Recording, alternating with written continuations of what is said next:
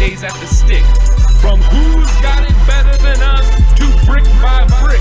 It's always the 49ers way, from off-season to game day. Yeah, we talk back. It's the 49ers Cutback.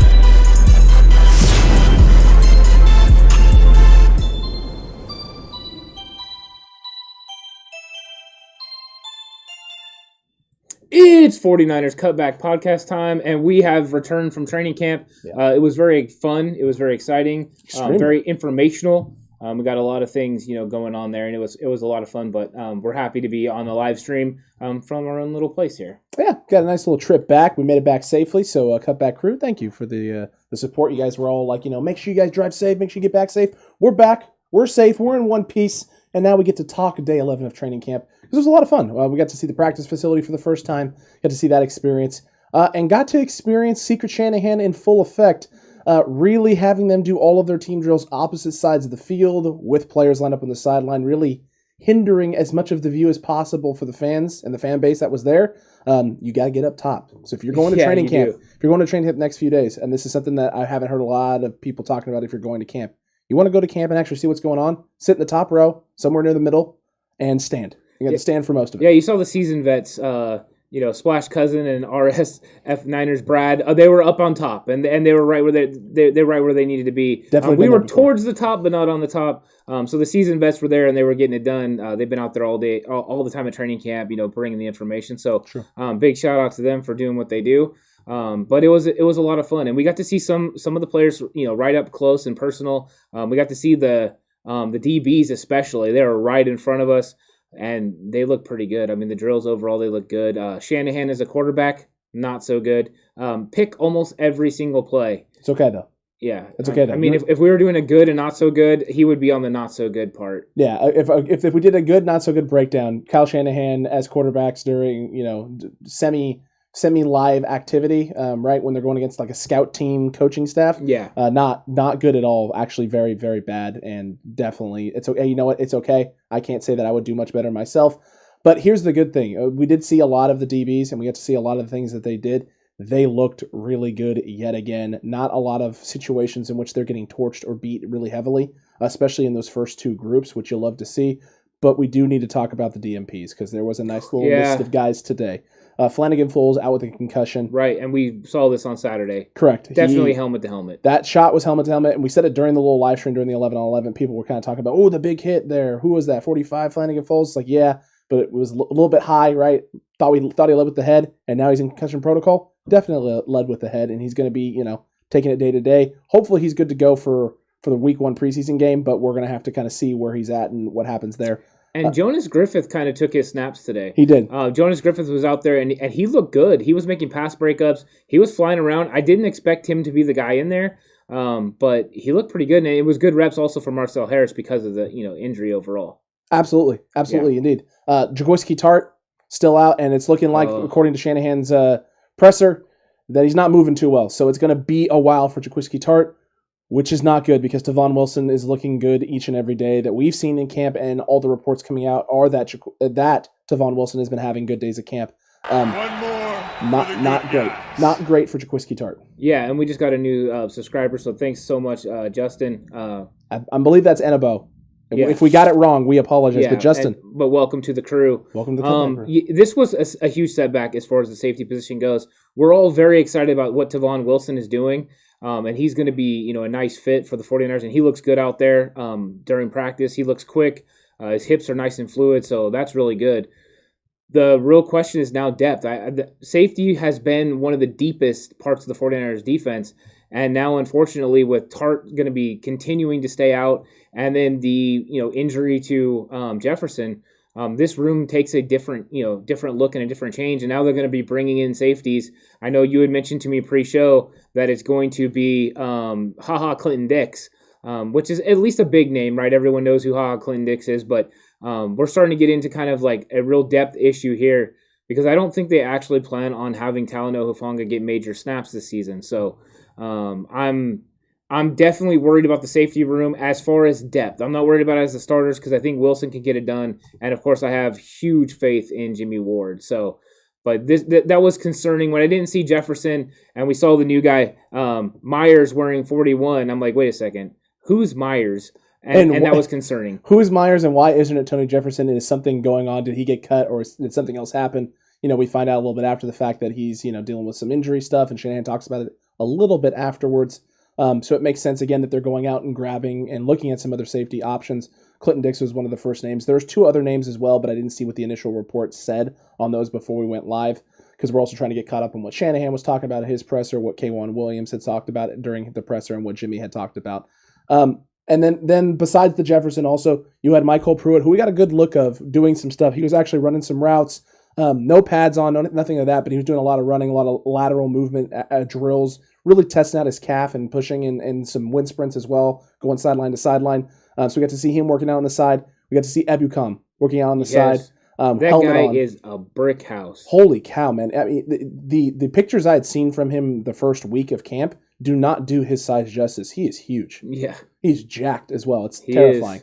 But he was out there doing some stuff, which is good to see. It's good to see him out there actually running around and moving rather than standing around doing not a whole lot of anything or just DNPing. He was working on the side field. Armstead was out before practice, working down on the far end. When you walk into the SAP Center, he's on the far end of the field. He was working on some balance stuff. He was working on a little bit of firing off from low positioning and working on staying low out of a get off. And then he was also working on just change of direction and center of gravity stuff and really testing out whatever it is that's eating away at him. Well, he was doing figure 8 drills. That as well. The figure 8 drill is a very common, they get the hoops out there and they work on those. And he was working on his balance and being able to stay on his edges but still stay balanced. So that was nice. That was nice to see. These guys are, out there getting it done. It was nice to see Ebukam. It was nice to see Al-Shair out there getting a little bit of work in. So these guys are going to be back, and they're going to be back pretty soon. 49ers still not suffering any really, really bad injuries, but they still are having things that are concerning. And I think that, one of the most concerning things was one of the guys we were looking for when we got there was number 14. And number 14, Jalen Hurd, was not there, and he was not working out. And then Kyle Shanahan's presser put this at an all-time heightened level of he was calling Jalen Hurd out. It is time for Jalen Hurd to put up or shut up. And you know what? Kyle Shanahan has the right to do this. And I'm a huge staunch supporter of Jalen Hurd, but it's time for Jalen Hurd to get on the field and produce. I know that, if he's got some sort of issue, they want to be careful with him. But we're starting to get to that point now where once we get into these preseason games, it's time for him to produce. And if he's not, there are other guys that are going to win this job because Jawan Jennings looked fantastic at practice today. He did. Jawan Jennings looked great at practice, and there's a couple other receivers that also looked pretty well today. Trent Sherfield, again, just continuing to build. He's been stacking now what it feels like for the past 7 days, the last 7 practices. It is incredible to watch. He had one catch today where the ball was thrown a little bit inside and behind. He slowed down, timed correctly, jumps before the DB has a time to react, reaches out in front of him, and just snags this thing down in the air. He is playing with a level of confidence I have not seen out of him at all, ever. He's playing with attitude. He's playing with swag. The stuff with Mark Fields that happened at the Saturday session that we were at, that's carried over, except it's not taunting. He's flexing on everybody. He wants everybody to know that he's here and means business. He ran with the first group a lot more than we've seen him run in the past. And during the walkthrough portion during period 1, he was operating solely and specifically with that first group. Yeah, he looked good, and that throw that Trey Lance made to him deep down the sideline was absolutely fantastic. It was, like we said before, Trey, as far as the deep ball, he's on point, and he got it out there just in front of him, and it was a great catch down the sideline. The fact Sherfield was able to keep his feet in bounds, by far, to me, that was the best play of the entire practice. Oh, yeah. Trey Lance to Sherfield. It was just so nice to see. I mean, it really was. It was awesome. I thought that was the best one. And then I thought overall, though, a lot of the quarterbacks had deep throws that were nice. Rosen also went deep for a touchdown pass. Big, long touchdown pass. Long one. But the problem with Rosen is he's so inconsistent. It was literally 2 terrible plays before that, followed up by one magical play like, oh, my gosh, Rosen looking good. And that's kind of the Jekyll and Hyde thing, unfortunately, that we go through with him. But it was a good practice, and there was a lot of cool standouts. It was a little hard to see at times. But it was still fun to watch. Definitely fun to watch. Megan asked, who do we think had the best day in terms of performance? That is tough because there were moments. Trey Lance had some great moments, and then during one-on-ones, he also had some bad moments. A really bad pick during the one-on-one session. He skipped a couple of balls during the one-on-one session.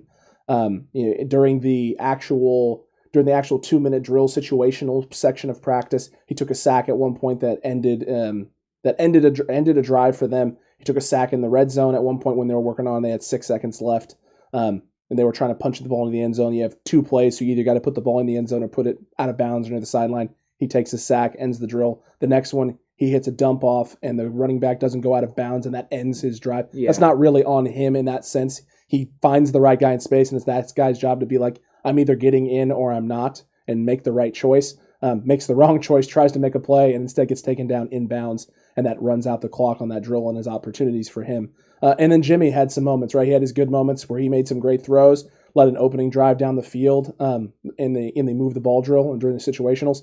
They move it all the way down the field. He gets it down to about the 2 or 1 yard line, and they just come up short off Fred Warner, just stuffing George Kittle when he catches a little slant route. And then he put 2 balls on the money to 2 different guys in space. And what ends up happening? Both of them end up being drops. Both of those would have been touchdown opportunities for the 49ers.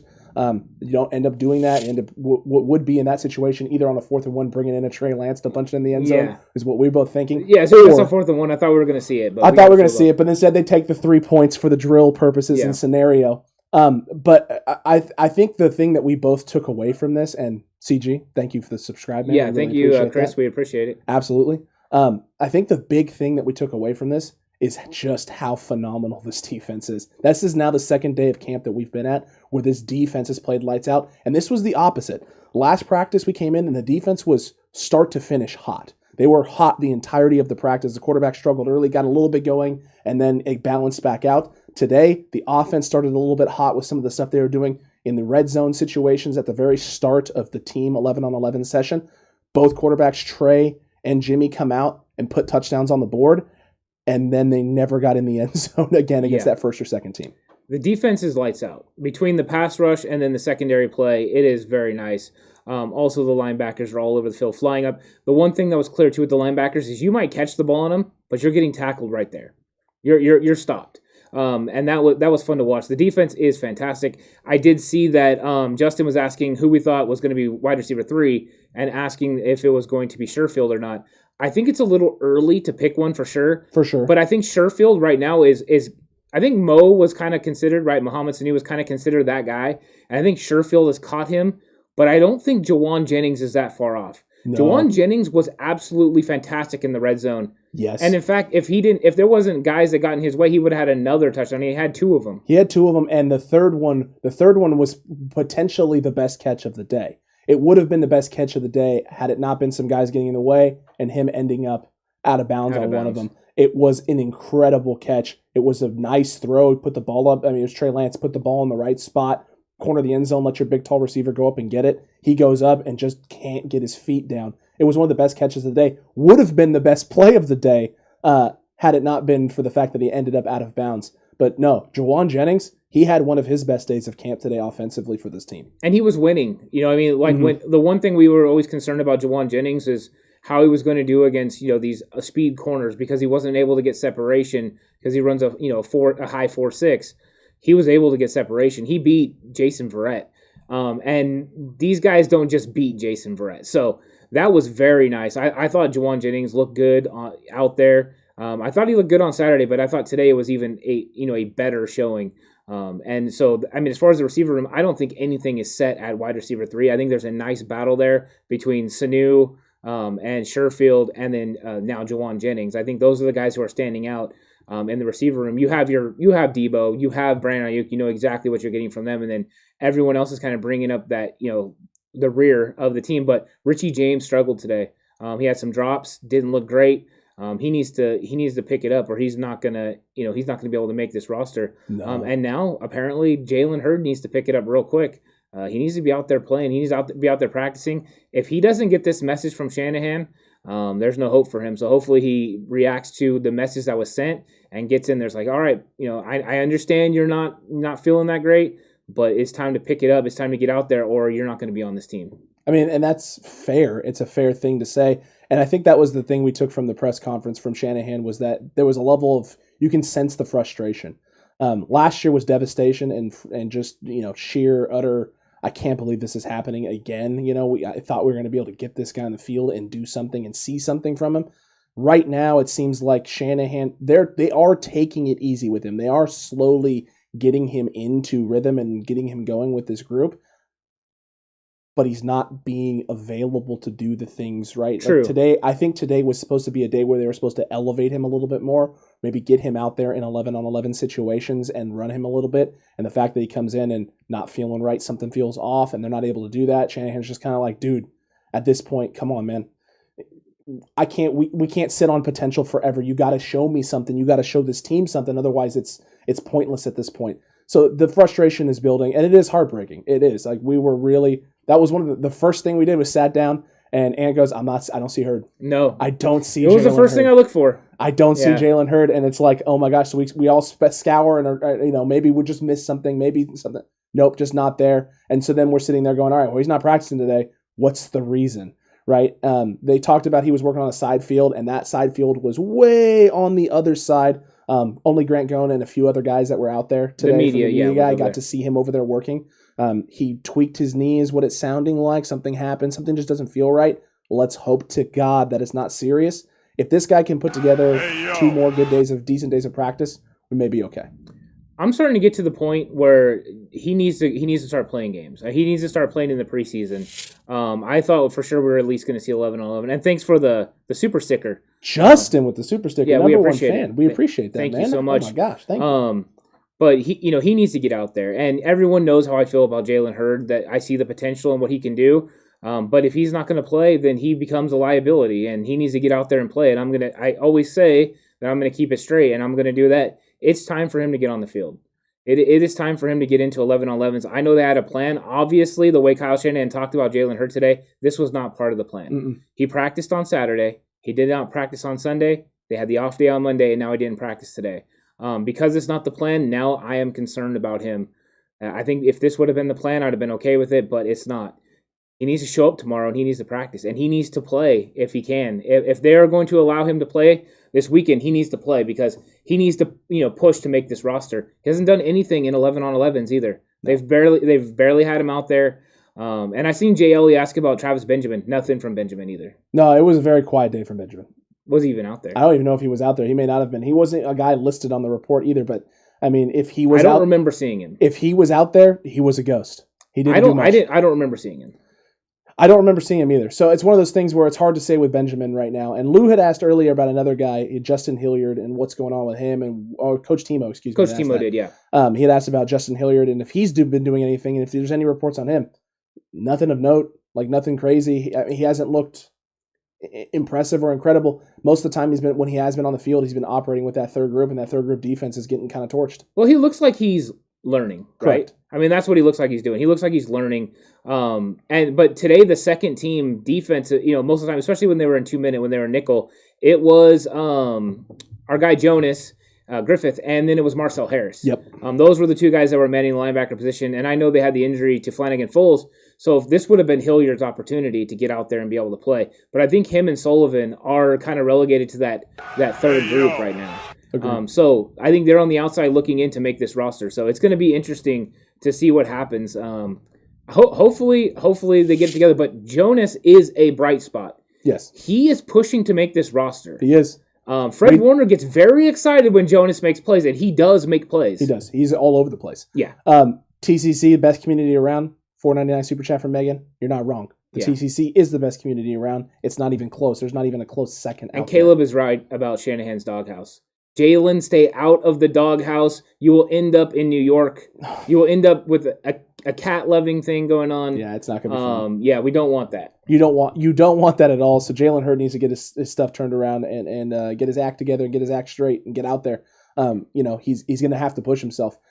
There may be a slight hesitation, right? With all the injuries that have mounted, every time you've started to push yourself in camp, he may be just trying to get himself mentally there But at some point, you just got to take the leap and trust that you've done everything in your rehab process possible to be in the right position to stay healthy. Well, and sometimes the staff, the medical will tell you, if you feel uncomfortable, don't do it. But sometimes the only way to get comfortable is to go through uncomfortable things. Yep. So maybe that's what the push needs to be. Somebody obviously... Now, is this a frustration with Kyle Shanahan just saying this? Of course. Or does he already know from the medical that, hey, he could have went today? We don't know that for sure. But that would be an interesting storyline as it progresses. It'll also be an interesting storyline tomorrow. If Jalen Hurd is out there practicing and he goes through full 11-on-11s, message received. If he does not... Deep breath from me, deep sigh. I better see him on Thursday, or I'm going to be very, very upset. And his time would be running out. If I, honest opinion here, and from you as a guy, you've coached just like me. You've spent a lot of time coaching football, a lot of time evaluating guys, talent, things of that nature. Jalen Hurd, potential through the roof. Haven't gotten to see it. If he's not able to go in the first preseason game, and the plan was for him to be able to play some in that first preseason game, are they going to ride with the potential, or are they going to stick him on IR early? No, you stick with him. You're riding with him because he's still one of those top guys in your wide receiver room. As far as he's a guy that you know what you can get out of him if he's healthy.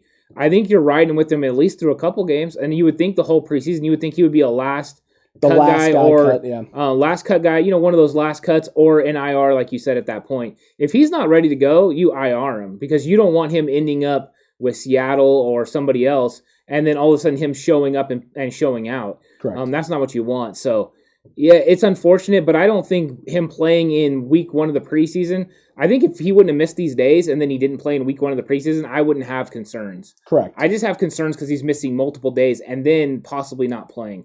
I also think that Kyle is probably thinking this as well because I don't know how much he's going to play in practice next week against the Chargers because that's where Jalen got hurt was against the Broncos in 2019. So... It's interesting. Correct. Luke, we appreciate that a bunch, my guy. Worth every penny. This is a place for realist, faithful talk about the gang. You don't spin narrative, trash someone to lift another. We don't want to do none of that here. No. We're going to build, right? We're building with each other. We want to build this team up. We want to build these players up. Here's the thing, right? These athletes they're human beings just like the rest of us. Yeah. They're going to make mistakes. They're going to have bad days. So we don't want to put something out there that's going to be trashing this dude or talking about an awful day because they could bounce right back and have an incredible performance. I mean, let's talk about Trent Sherfield. Trent Sherfield is a perfect example of this. This is a guy who we did not have on our pre-training camp 53-man roster. We hadn't seen anything from him, and we said, as of right now, no, but who knows? Who knows if this receiving group, you're just going to have to show out. And we talked about the fact that it could have just been a scheme fit in Arizona. We get out to camp. You see Trent Sherfield a few times, and it's like, okay, this dude belongs with this group. Now the question is how much of an impact is he going to have, and how high up this roster and this 53-man roster can he climb in this wide receiver room? Everything that everyone said about Sherfield they reported was correct. It was. He is that guy. Mm-hmm. I mean, he is. He looks very good. He's making this 53-man roster. He is a lock to make this roster. He doesn't look slow either. He looks quick. He looks explosive. If you were a fan of Kendrick Bourne, you are going to be an uber fan of this guy. Yeah. I mean, the way that he plays, the attitude, the swag, the way he handles his business. This is the kind of guy you want on your roster. He's got a lot of effort.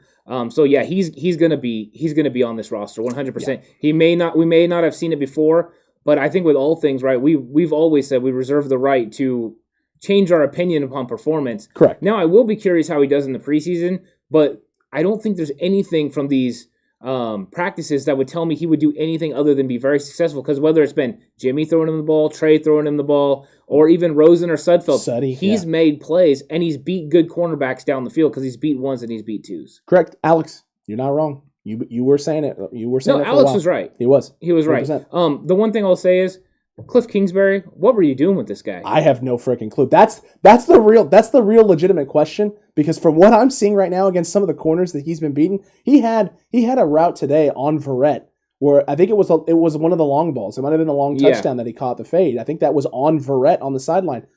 I'm sitting there going, how in the world is this guy doing this to Jason Verrett, and he wasn't seeing the field in Arizona with an old beat up Patrick Peterson?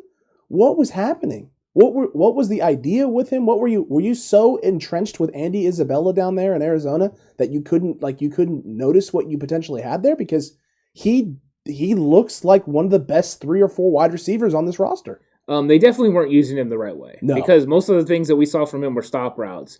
And he's proven that he can get down the field behind the defense.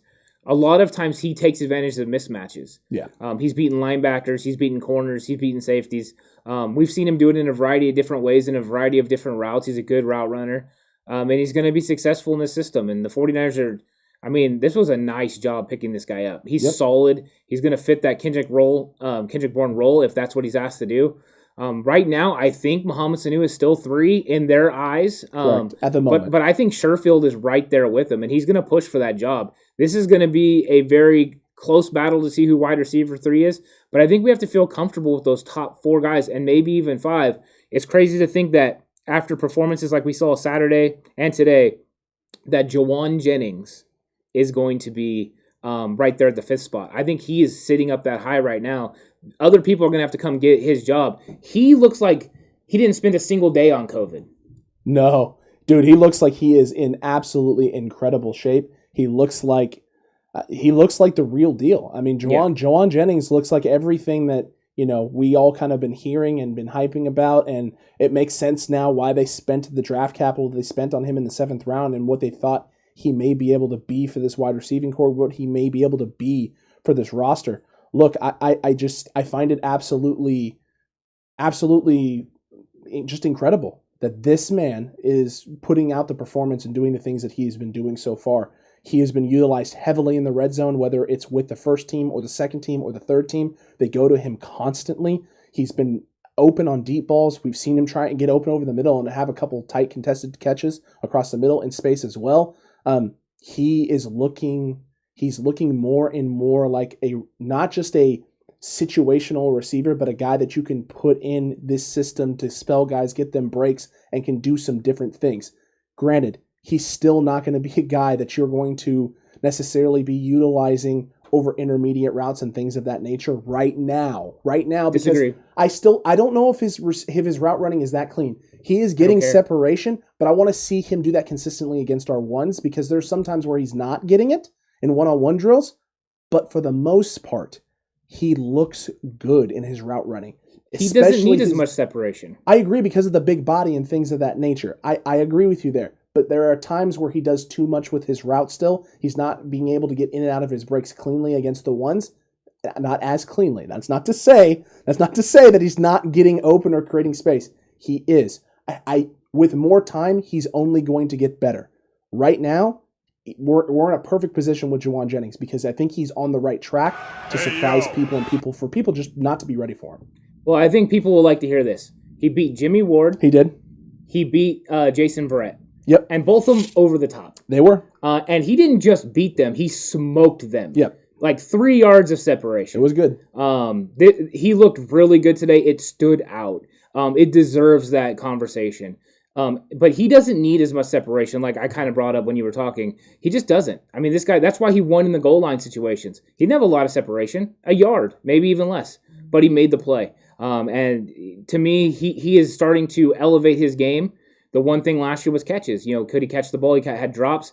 It was Richie James that had the drops today, not Jauan Jennings. And Jauan Jennings, you can tell the quarterbacks feel comfortable with him. And a lot of times it was Trey Lance feeling comfortable with him, getting him the ball. He's a big body, a big target.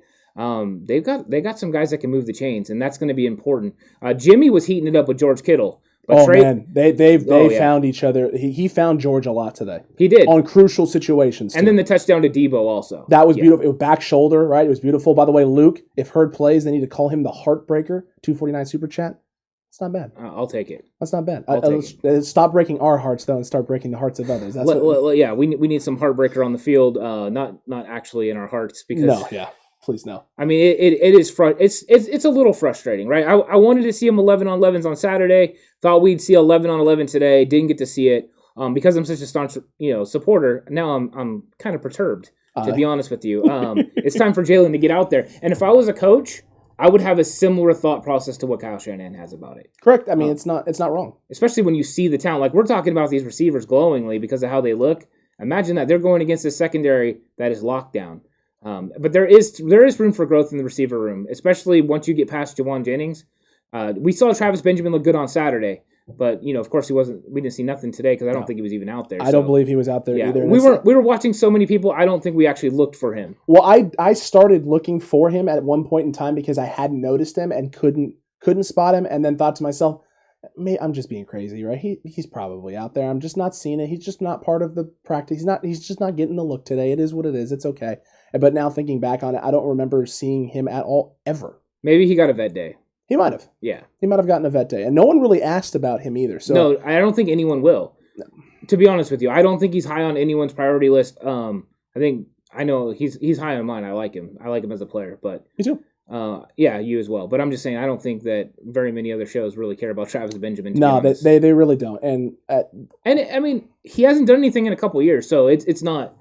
It's not unreasonable. Exactly, it's not unreasonable. The other thing too would be just the other thing that I saw that wasn't really a big fan of. Trey Sermon, man. Trey Sermon out of the backfield is struggling. He struggled catching the ball. Yeah, he had another one today right off of a hand.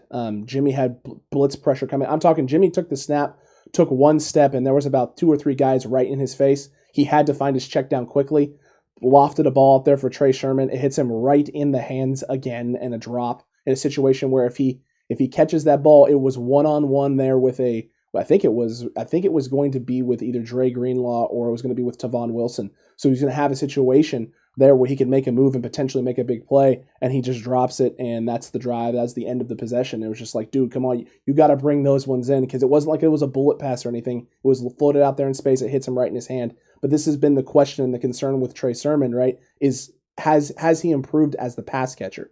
You can improve as a route runner all you want, but when the ball comes to you in space in tough situations, maybe when it's not the most perfect of passes, if it hits you in the hands, can you haul that thing in, bring it in, and then go make a play?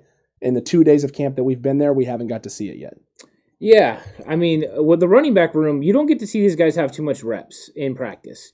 As far as once they get to team, they really are split. Right now, you see Trey Sermon and Mostert taking the number 1 reps.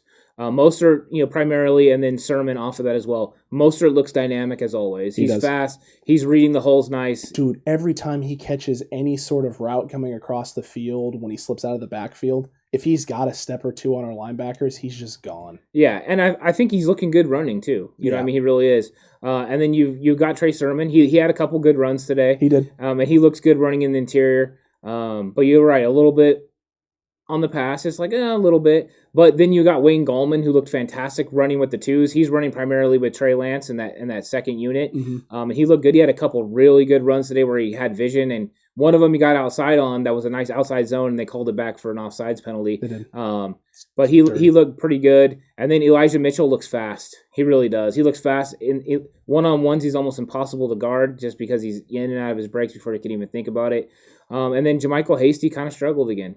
JaMychal Hasty has his moments, but still when he runs in the interior, every once in a while he runs into the back of an offensive lineman or right into a defensive lineman. And Maurice Hurst was right there again, just like it was on Saturday. Maurice Hurst is that guy, and they're causing issues and making plays. So overall, though, I think they still got a very talented running back group, and I think they have basically signaled how this thing is looking right now. You've got 1A and 1B with Mostert and Sermon. Then you've got Gallman as the guy behind them, and then Elijah Mitchell. And I think that JaMychal Hasty's having to, claw his way to try to make this roster. Yeah, he's definitely going to have to claw and climb, and he's doing what he can do. But we had talked about Jimmy a little bit, and then we kind of got off track a little bit with the Jimmy, and I wanted to go back to it because I think he did. He heated up today a little bit, and people have been talking about, we finally starting to see a good Jimmy for full sessions, and I'll tell you what, the last few practices you've been hearing it. Saturday we felt like he had his ups and downs. Then there was the bounce back practice right on the Sunday. And then today he looked pretty gosh darn good again. Other than that one pick six he had in the red zone during the little situational 8 seconds trying to score to go ahead and win the game sort of situation there. At a fourth quarter, first and goal from the 10. Or second, I technically it was third and goal from the 10. It was third and goal from, I think it was from the 8. Third and goal from the 8 with 8 seconds left, and you're down 4, so you need a touchdown to win. Field goals don't do it. He had a decent pass in the first one that kind of gets batted away, and then the second one tries to force a ball in there and ends up being a pick six. But during the move the ball situational drill that they had, where it was a 2-minute drive. They had 2 minutes on the clock. Actually, I think it was about 2:06 when it starts, and they're trying to drive the ball down the field. First 2 plays kind of get kiboshed. 3rd and 8, you're looking at a 3-and-out coming out of the 2-minute warning, so your team's not going to have a lot of chances left. Maybe one more chance to get a stop and get the ball with 50 seconds left. So you really want to extend this drive and try and put some points on the board going into halftime.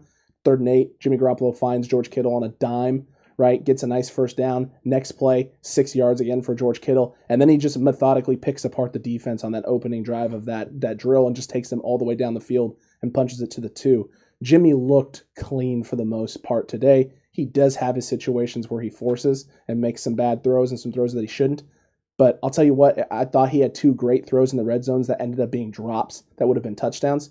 I liked his ball placement for the most part today. I liked his decision-making for the most part today. I loved the back shoulder touchdown throw to Deebo Samuel. Yeah. It was beautiful. It was on Jason Verrett too as well. So again, the Niners really tested and going after. And I like that. I like the fact that they're not being afraid to go to certain sides of the fields and go after certain guys. And I like the fact that our receivers at times are winning those situations because Jason Verrett ain't no scrub.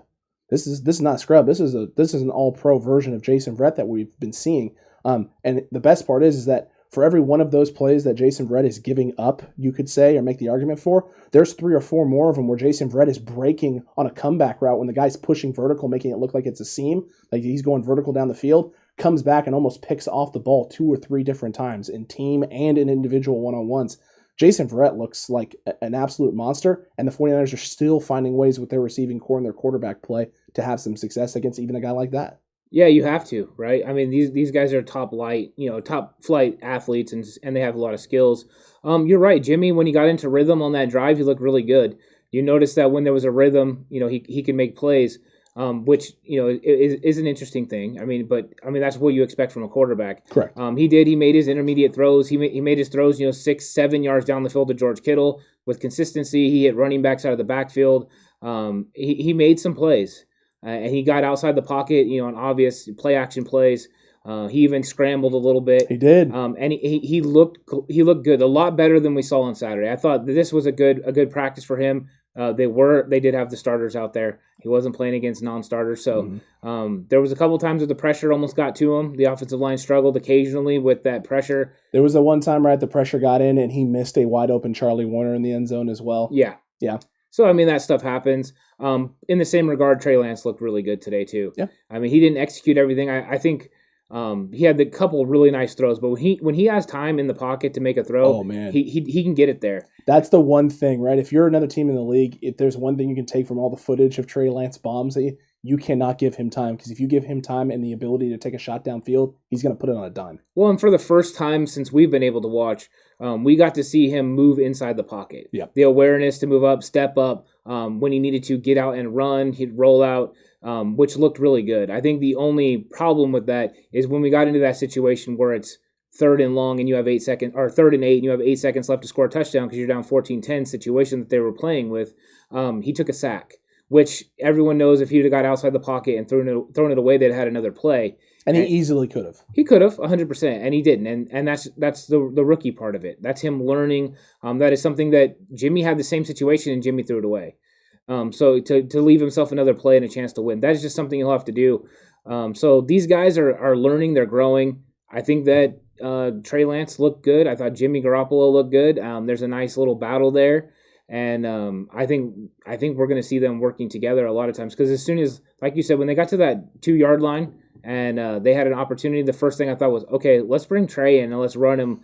Let's run a read option right here. Bring Gallman in and let's see what happens in the red zone on a 4th and 2 situation. But they weren't doing that. Of course, they took the field goal and moved it back. But it was definitely fun to watch both of these guys, both of these quarterbacks executing at a high level.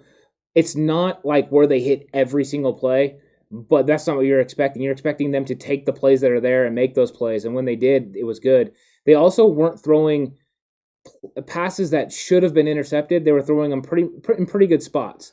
I can think of like 2 throws total from the 2 of them that should have been picked off that didn't end up being picked off for the entirety of the practice session. Yeah. And this is an elite defense, right? So if you're only having 2 of those in an entire 2-hour practice where you're throwing hundreds of balls, you'll take those. You'll take that. That means 98% of your throws are not situations where it's going to end up being an interception or a pick. Jimmy even had a nice one to Deebo Samuel. It was a little bit high, right? And Deebo tips it up into the air, kind of stumbles to the ground. The defense is trying to locate it, and Deebo pops back up, sees it, goes up in space, gets it, and falls to the ground. It was an incredible catch. Deebo had no business making the catch. No, he didn't. None whatsoever, but he's just an athlete. And he went up and made a play, kept the ball alive, and then the awareness to continue to get up and that motor, right? That non-quit motor that Deebo Samuel has. That motor that you see when they do stuff like hand on the ball on the fly sweeps and he runs through 4 guys because he wants 2 extra yards. It's the same thing here. He wasn't going to be denied the catch. He'd already gotten his hand on it, and he wanted to make sure he came down with it. Yeah, and we saw the base offense, the vanilla stuff that they're going to run, this weekend. So we got to kind of see it, them installing it, them running it. There's nothing special to it. There's not a lot of reverses. There's not a lot of screens. It's just the certain plays they want to execute. And you're not allowed to video. You're not allowed to take pictures. Yes, Horse got in trouble for taking a picture. He did. Of the long snapper, people. He was. Okay, Horse took a picture of the long snapper on a separate field. You love to see the dedication where you're taking a picture of the long snapper. It would be that, but it was, I think, overall, I thought the quarterback play was good. I thought the running back play was good. Receivers were good. The offensive line actually was good for the most part. For both groups, too. But once again, you got an offensive line. I'm going to keep it real. It wasn't going against Nick Bosa. It wasn't going against – and it went against Dee Ford. Yep. So that is a good sign. But I think Nick Bosa would make a huge difference. And the other thing that is a huge difference is Kinlaw is absolutely gigantic. Well, dude, and here's the thing. He's not destroying on every play. But I'll tell you what, man, there were a few times where Jimmy started to drop back, and it felt like Kinlaw was through before Jimmy took the snap. Like he was all over the snap count. He had blown through, and whether it was Tomlinson, whether it was Mack, whether it was Brunskill, no matter who it ended up being, he got each of them a handful of times. And Maurice Hurst had himself another nice day too with that second group. But man, Javon Kinlaw with that first group, without the help of Bosa, right? With no Bosa on the field, was looking phenomenal today. At one point, I remember I turned to both of you and Horse and was kind of like, "Hey, dude, did you just see Kinlaw over there doing freaking jump tucks? Big old Javon Kinlaw with knee problems. Everyone's worried about the knee problems. Doing jump tucks and looking like he's getting 8 feet off the ground and then right into some squats. Did like 6 or 7 of them. Dude, if I was a player on an opposing team and saw that behemoth doing jump tucks, getting that high off the ground, coming off of a scoped knee surgery, that's a done day. It's a wrap. It's time to go home. And he's a full-fledged participant in practice. He takes nothing off. He does every single rep. He does everything they want him to do. So he is 100% healthy. He's ready to go. So that is good. We had the concerns over the weekend, where people were worried about, because he didn't come out there for Saturday. He didn't. But now he's stacked up Sunday and now today, where he's had good practices. I look for that to continue. And I'm curious how he looks. I feel bad for Kansas City's offensive line. They better show up in a big way because Kinlaw's coming in there, and this guy's not playing around with anybody. I don't think we're going to see Nick Bosa, but I think Kinlaw's going to go crazy. It's going to be fun to watch this defensive line.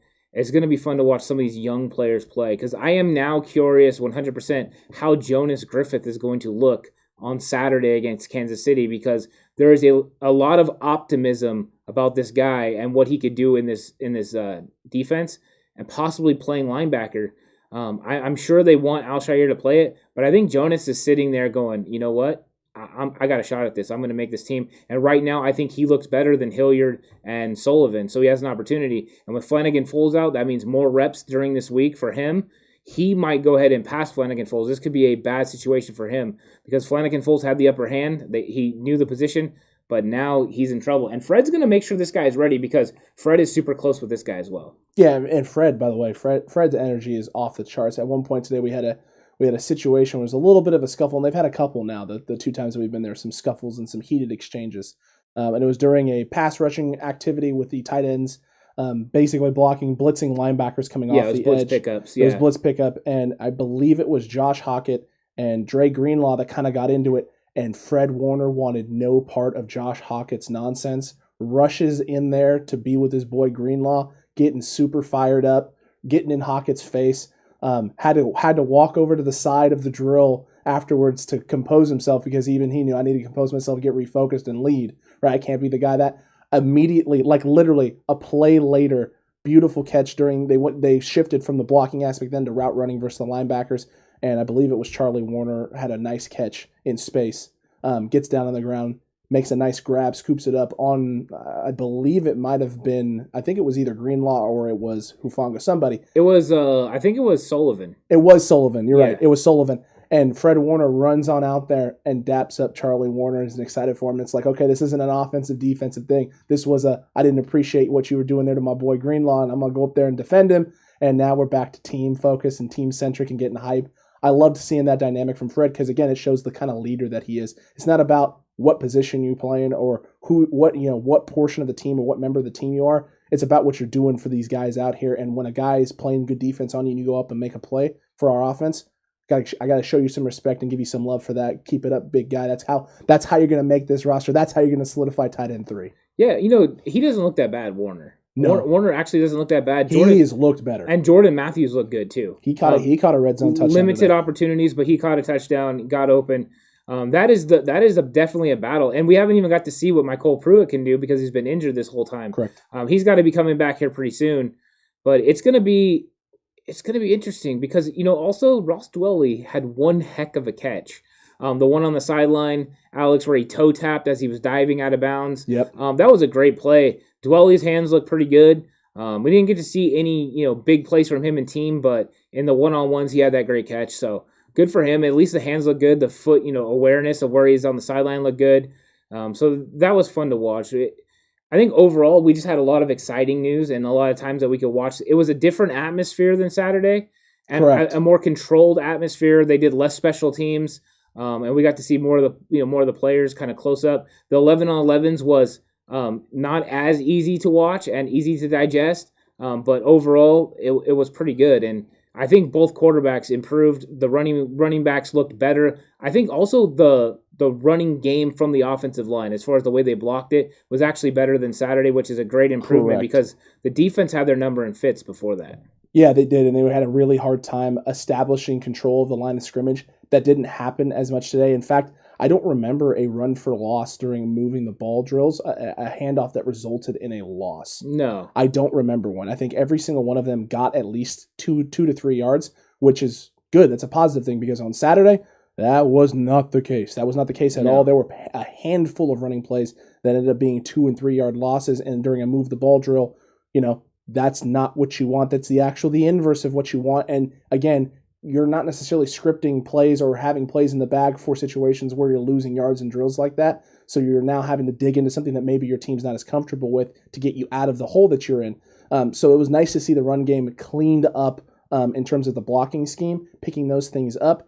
I did see a lot more pressure being brought today, blitz package-wise, than I've seen in previous days and stuff that was being reported. A lot of the pressure that was generated today came off very creative blitz packages, whether it was sending guys off the edge. There was at one point during the walkthrough installation portion of practice where they were, working on showing or doing certain things in certain types of blitzes based on what the scheme and the personnel grouping was for the offense.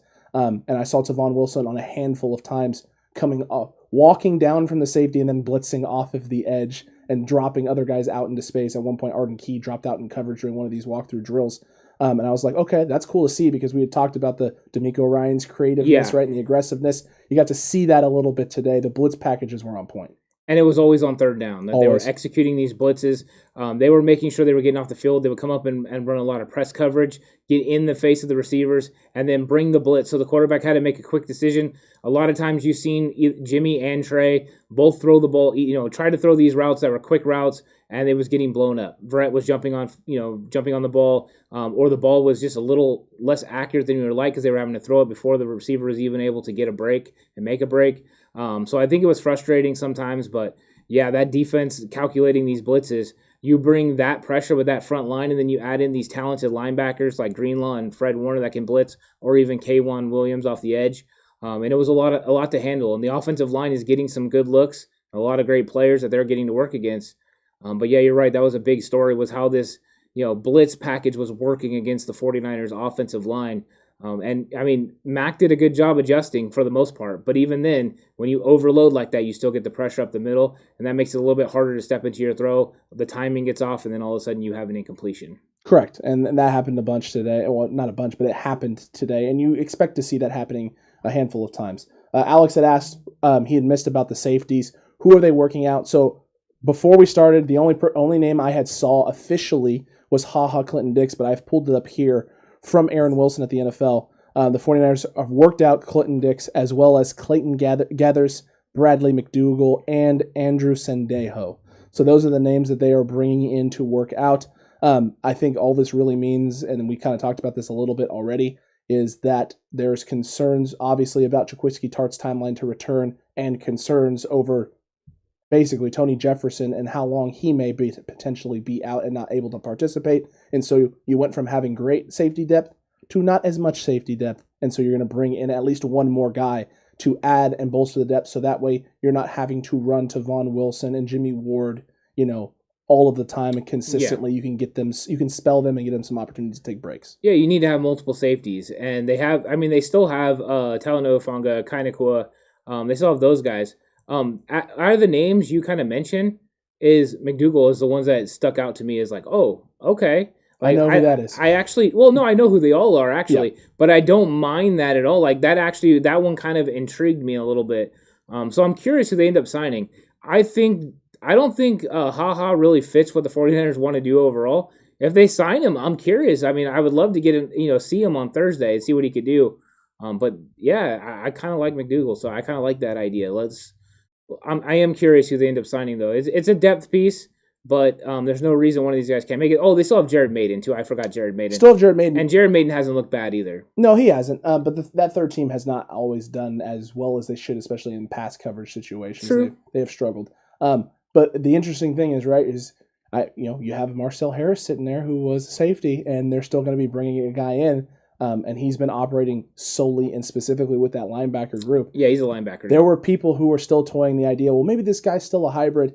It looks every day more and more like he's a linebacker now, folks. Marcel Harris is a linebacker. That's the reality. Well, and he was rolling with the twos. He was rolling with the twos. So today. I mean, he's got an opportunity here to make this roster as a linebacker. So I don't think they would have put him out there if they didn't think it was a possibility for him to make it. There's a lot of moving parts. I think this can be expected with training camp a little bit with when you have people that get nicked up or injuries, you have to make sure you can still keep the full rotation so you keep legs. And people healthy, so that's what they're going to be looking to do, and I like it. I like the names a lot more than the guys. They brought in defensive linemen, they brought in corners, because Fields got cut because he started this stuff with Craycraft and then Sherfield.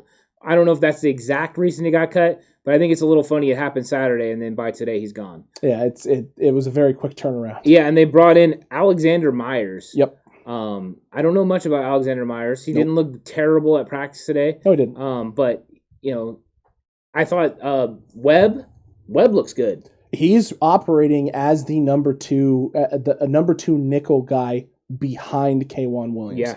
And this is something that we thought maybe Diamondou Lenoir was going to be operating as, or potentially even Deontay Johnson. Deontay Johnson right now is operating as the third corner behind Emmanuel Mosley and behind Jason Verrett. He's the one that's kind of flopping in and out. And then you have Webb operating as the nickel guy, and he has looked really good at that spot. He looks very comfortable at that spot.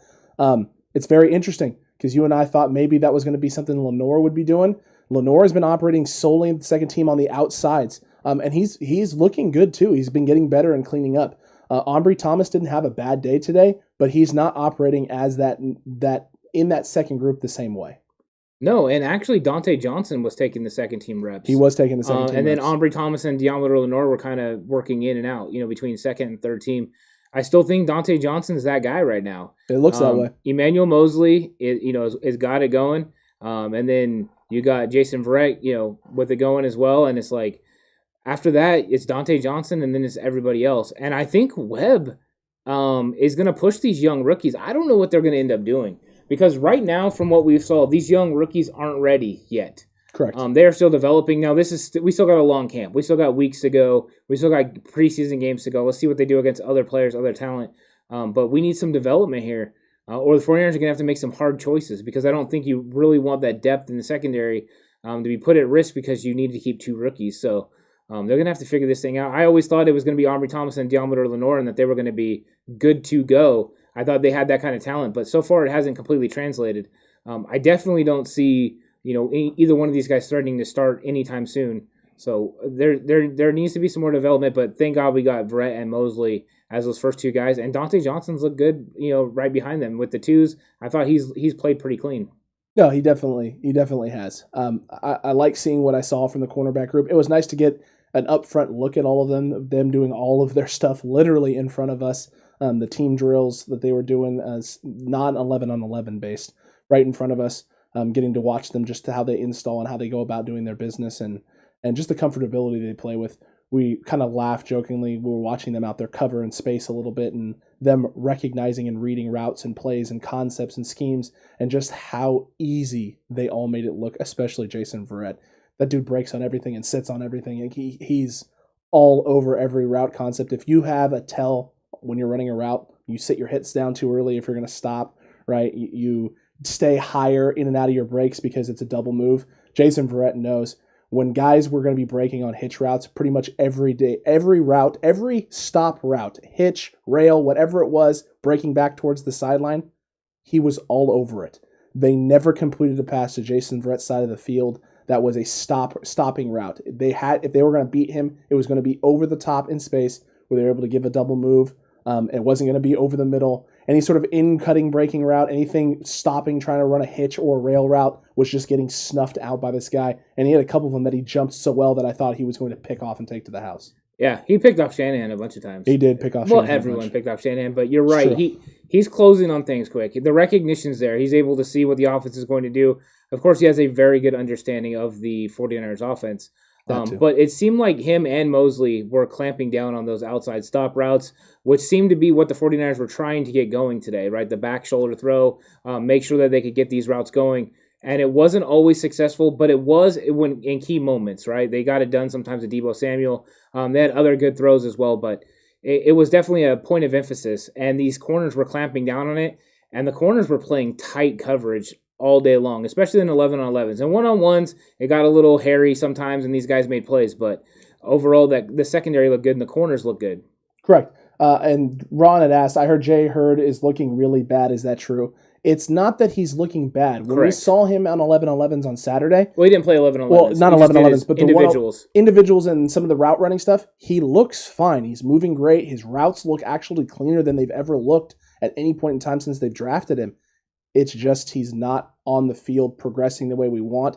And then you hear from Shanahan today the conversation around Hurd and being that, expected him to go today. Something just didn't feel right. And he's running out of time to make an impression and make this roster. So he's going to have to, get himself out there. Him saying that means today, him sitting out of practice today is not a part of the plan. His rehab plan to get him back on the field, it's a setback. It's the opposite of what they're looking for with him. And the more days he has like that, the harder and harder it is going to be for him to make the team. And as a couple other people in chat had pointed out earlier from the Cutback crew, may end him landing him in Shanahan's doghouse, which is a death sentence for any player on this roster. I think Kyle really likes Jalen. I don't think he dislikes him. Yeah, I think he really does. I don't know if you've ever seen the Senior Bowl of them talking. He really likes Jalen. And I think he wants Jalen to make plays and everything and be a part of this offense. But right now, he's at that point where he can't count on Jalen Hurd. He can't count on Hurd to do anything other than the base offense. He can't put in anything special for Jalen Hurd because he doesn't know if he's going to play or not. And so what he's getting to the point is like, this dude better start showing it, or I'm not going to waste my time with this guy this year because I can't wait. I got to have this stuff ready to go when we go against Detroit. So they're going to have to make some big decisions. And Jalen Hurd has to make a big decision if he is actually hurt and can't go out there, or if he could push through this and get it done. Kyle Shanahan has sent the signal now. Jalen, I believe you're just hurt and you could still go out there and play. And now I'm shooting a shot across the bow telling you it's time to get your butt out there. It's time for you to start making plays for this offense because I want to count on you, but right now you're not showing me that I can count on you. Correct. You're letting me down, you're letting your teammates down, and it's time for you to step up. We understand the injury problems, and those were all legitimate. But this is no longer legitimate. It's time for you to get going. It's time for you to get out there and make plays. Everyone else is doing their job. It's time for you to do yours. And until you do it, you're not going to be, basically seen on this team the same way as everyone else. You're not counted on. And nothing's expected of you, and nothing special is going to you, which is sad because on Saturday we saw reverses and stuff going to Jalen Hurd during walkthroughs. Correct. And it was like, Jalen's on the right track. Here we go. Here he is with the first group running reverses. Here he is with the second group, them using him in ghost motions and things of that nature and bringing him on fly motions across the field. All right, these are all the things that we thought was going to be happening with Jalen Hurd. Yep. We're getting to see it during the walkthrough installation part of practice. We're both getting giddy in our seats. And then he doesn't do 11-on-11s, and it's like, okay, it's fine. Right plan. There's a plan in place. He's not there yet. It's fine. And then he's not out there today, and it's like, man, for real, you guys gave him a Sunday off, a Monday, and a Tuesday, and then you hear the press conference, and that's not at all what happened. It's the inverse, actually. You gave him Sunday and the Monday off, thinking he was going to be ready to go Tuesday, and something he says something's not feeling right, and now it's like, okay, well, now all the frustration building is reasonable. All of it's reasonable. And do we know if it's not feeling right in the back, feeling right in the knee? Do we know what no it is? specifications from Shanahan, no specifications from anyone. He even went so far as to say, you got to ask him. Yeah, that Kyle's irritated. He is 100% irritated. Kyle, I didn't get to see the video. I just read the transcript. But yes, Kyle is definitely irritated about this now. I heard the voice inflection when he was talking about Jalen, and they're asking him and grilling him about it, and he's like, "To be 100% honest, you're gonna have to talk to him. You want to know more? You're gonna have to talk to Jalen." And Jalen talks to no one, so you're not getting anything out of Jalen Hurd. No, not at all. You're not gonna get a single ounce, an iota of anything from Jalen Hurd. No, in regards you're to not. This. My only hope is that this guy is just. It could just be a mental thing, and if that's the case, that's concerning, but it also makes sense as to why maybe, if something doesn't feel right, why he can't push through and go. But at some point, you have to overcome that obstacle and overcome that hurdle and get yourself out there and get yourself through the motions. Because like you talked about and brought up earlier, sometimes half of the battle is just getting out there and doing it and convincing yourself, right? This isn't that big of a deal. I'm fine. I can do this. Like, I can get this done. This may have been one of those things where they were going to test him a little bit more on 11-11s today. Yeah. He woke up this morning and just didn't feel 100% right and was like, the last time I felt this way, something bad happened, and now you start psyching yourself out. I hope that's not the case. I hope that this is just a situation where, he just had himself a setback. He's going to wake up tomorrow and be like, you know what? I heard what you said, Kyle. I heard what you said, Coach.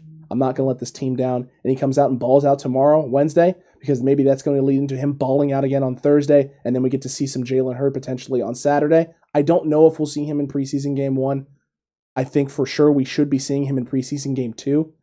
I hope to God that we get to see this man play at least. I would love it if he can play in all 3 preseason games this year. Yeah, and Brian Gundo brought up the fact that, of course, he wants to play. Yes, he does 100% want to play. The fact that he's come back from the back and from the ACL shows that he has a passion to get back and play football. Correct. Whether that is a passion for football or a passion to prove what he can do in the NFL, either way, it doesn't matter. Because I'm not going to say I know what his mindset is. Correct. Or what he thinks. But that is not easy to do. Number one, to overcome a back injury is tough. I mean, look at poor D Ford going through it multiple times. Number two, to recover from an ACL and then get out there and not have a mental block or have something bothering you, and just to recover from it is something, to behold. I mean, he's doing a good job.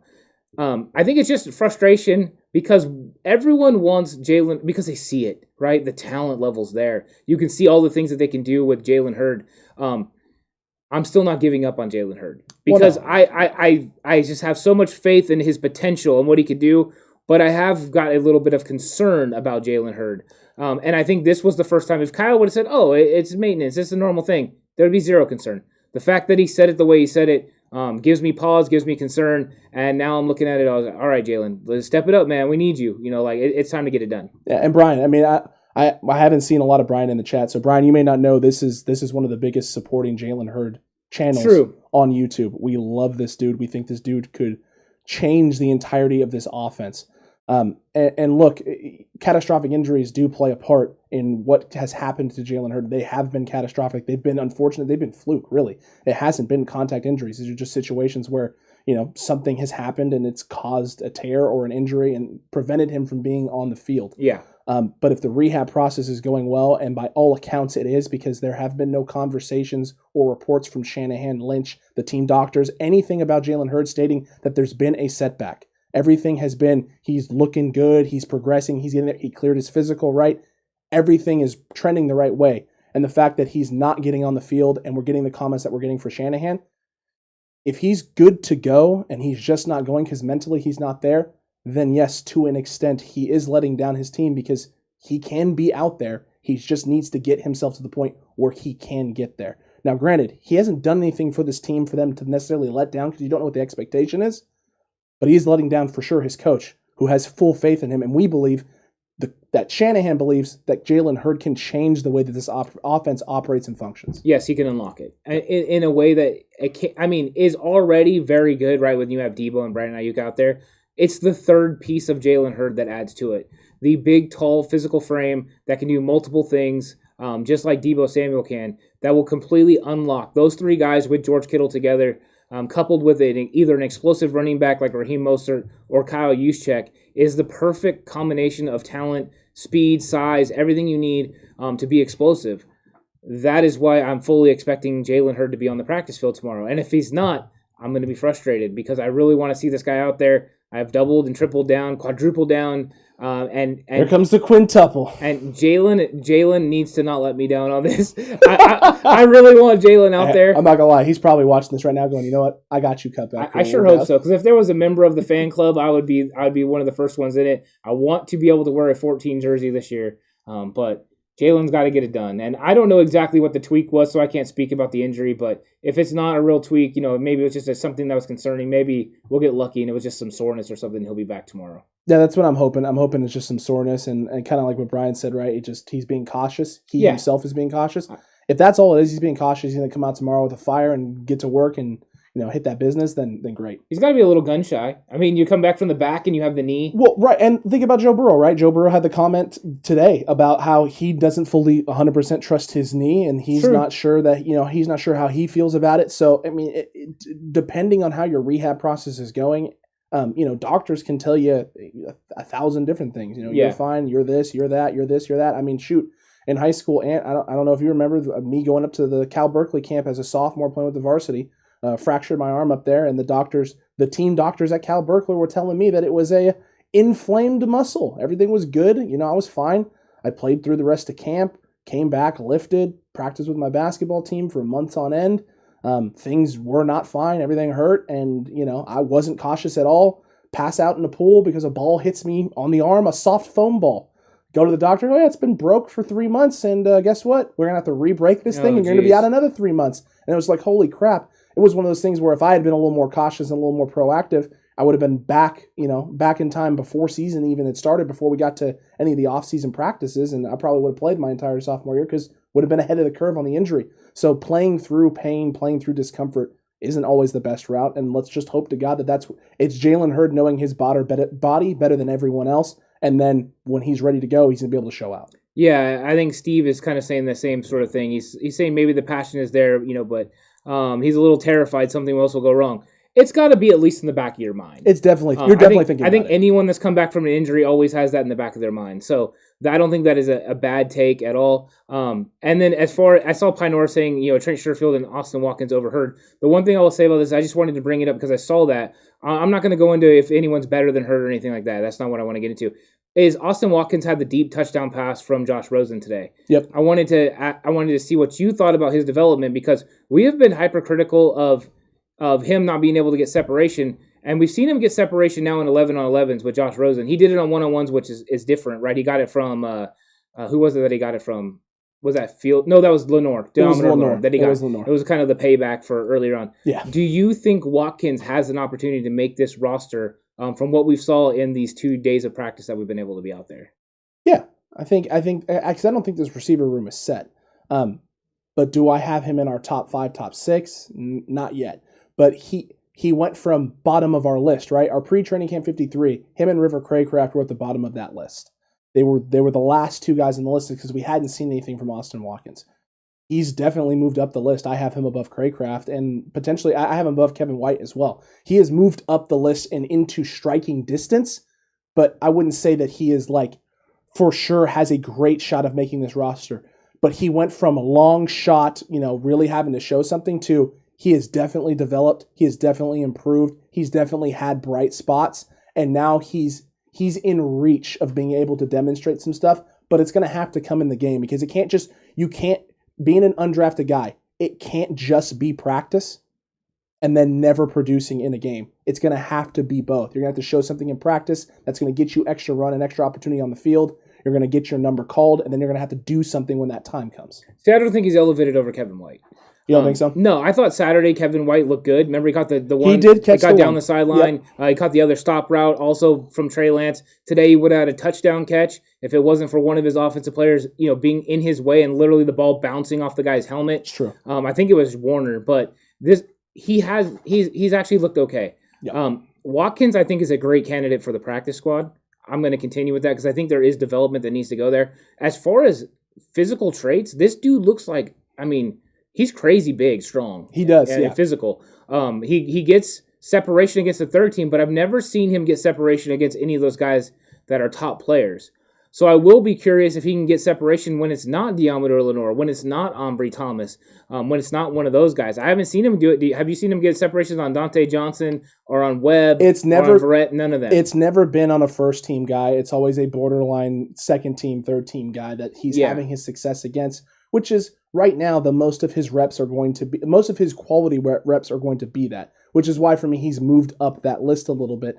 I feel like Kevin White has had his moments too. I don't know. It's probably the fact that I didn't see a whole lot of good Kevin White today, and I saw at least one good thing from Austin Watkins. So I probably have the graduation goggles on right now when it comes to Austin Watkins. I don't think he is in striking distance of a roster spot though, but he has definitely shown me something to elevate him on that wide receiver list that we initially placed him at. Kevin White would have had two big plays if it wasn't for, situations. He was in the right places to make plays. Who was the guy the one time that went up that shouldn't have? I forget who it was in the end zone. The ball bounced off the guy's head? It was Charlie Warner. That's right. We had some sort of problem where both guys in the pattern were too close together. They were literally on top of each other. And the ball was thrown to Kevin White. Kevin White's open in the back of the end zone, and the tight end runs underneath it and it bounces off his head. And White should have had a touchdown, but it didn't work out. So I thought Kevin White looked good overall. For what he's going against, he's playing against the second and third teams. Still don't get the separation from him you would expect for someone that runs a 4-3. He definitely probably doesn't run that now, but I think Watkins is in a battle as far as one of those guys to make the practice squad because I think it's going to be hard to crack that top unit, especially with Travis Benjamin, Richie James. You know what you're going to get out of them. Jawan Jennings. And the emergence of Trent Sherfield. Trent Sherfield, Mohamed Sanu. We just named 6 guys, right, that you could easily say these guys are going to didn't include Debo and Ayuk. Well, we know. Well, they're the 2 that make the 6. Yeah. But we didn't bring Jalen Hurd up. No. So that is the real question. I think if Jalen Hurd if he starts on the IR or he's not on this team, Jawan Jennings, Richie James, Travis Benjamin are absolute locks to make this roster. Yeah, they definitely would be 100% locks to make this roster. There was just so much to take out of today. And while we didn't necessarily get the best view of it because Secret Channy and this training camp were in full effect today and really hindering viewpoints of fans, which I thought was absolutely hysterical when they took the team 11-on-11 to the far side of the field, brought Robbie Gould over in front of everybody, drug out the big field goal post. Robbie Gould was killing it. He was killing it. He really was. I had to laugh a little bit at it. It was very funny to watch it all kind of unfold. And it's I'm sure they always do that, Alex. They probably do. It was our first day, right? We're going to find out for sure Thursday. This is our first day at the practice facility, so we'll see Thursday. How much of it is super secretive again, and I imagine it's going to be. This was a much different training camp experience, I think, than the few that we've been to, the ones that we had been to, especially at UOP in Stockton. Yeah, much different. Probably a lot of that due to the COVID protocols and things of that nature and the distance. And the coaching even, right? It's a different coach. There's a different rhythm and pace to what was going on. Also, physicality-wise. Overall, they're not as physical. Back when we used to go, everyone got tackled to the ground, and they would go full speed and all out and huge hits, and these guys would ice bath right out in the open, and you would get to talk to them on the way by. It was kind of a different world. So football has changed, and they are doing. I'll tell you right now, 49ers football practice is not too hard. No. They have found the medium, right? The happy medium. It's not too hard. It's not too easy. I think they've found kind of the right spot. And I'm impressed by what they do as far as how they handle it. And they're very good at everything is change of pace with their practices.